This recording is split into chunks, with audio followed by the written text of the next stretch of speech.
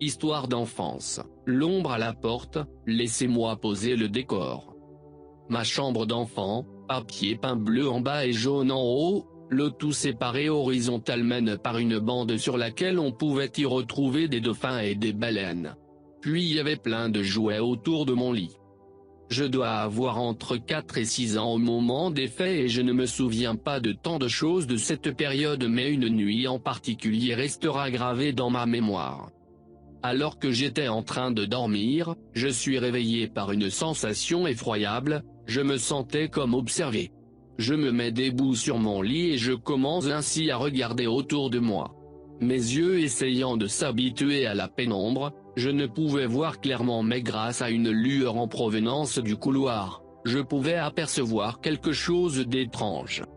Une ombre. Cette ombre se tenait debout, adossée contre l'encadrement de ma porte de chambre ouverte avec l'avant-bras gauche relevé. Je suis comme paralysé, je ne peux pas parler, ni même crier. Mes parents et mes sœurs sont encore en bas car il n'était pas vraiment tard pour eux. Je le sais, je suis seul à l'étage. Mais quelqu'un était bel et bien présent en face de moi et resta immobile. Bien que ce n'était qu'une ombre, j'arrivais à discerner certains détails. Visiblement un homme avec des lunettes, d'un certain âge, cheveux en arrière, portant des habits d'antan. Quelques minutes se sont alors écoulées, je suis toujours debout au milieu de mon lit et bizarrement je me sens attiré vers cette ombre. Cependant une force invisible me plaquait contre le matelas et au plus je me rapprochais, au plus je ne pouvais que tendre une main. Et puis, plus rien, je suis réveillé par la lumière du jour. Je m'étais endormi dans la même position, c'est-à-dire, une main tendue vers la porte. Certainement un mauvais rêve. Quelques années se sont écoulées depuis cette nuit-là et je me retrouve avec ma grand-mère dans la véranda de sa maison, je lui demande pour la première fois de me parler de son passé. J'apprends de belles histoires à son sujet et pour illustrer ses récits, elle décide de me montrer des photos d'époque.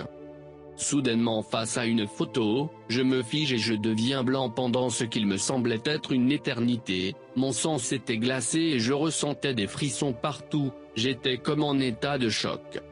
C'est alors que je demande à ma grand-mère de quand date cette photo. Elle me répond, « Oh, je ne sais plus. Bien longtemps, peut-être bien avant la naissance de ta grande sœur. Pourquoi ?» Je lui réponds alors bizarrement, « Pour rien, j'ai déjà vu ça quelque part » en pointant la photo du doigt.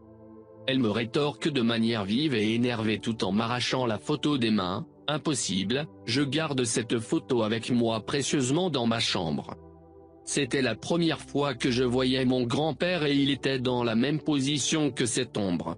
Je ne me souviens pas avoir reçu cette photo dans les mains.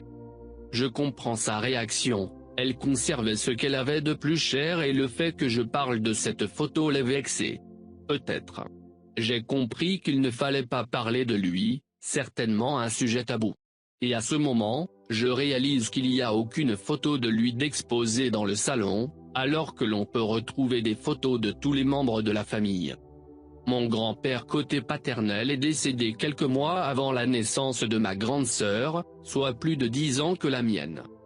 Il m'était impossible pour moi d'imaginer mon grand-père car je ne l'avais jamais connu et son existence ne m'était pas familière.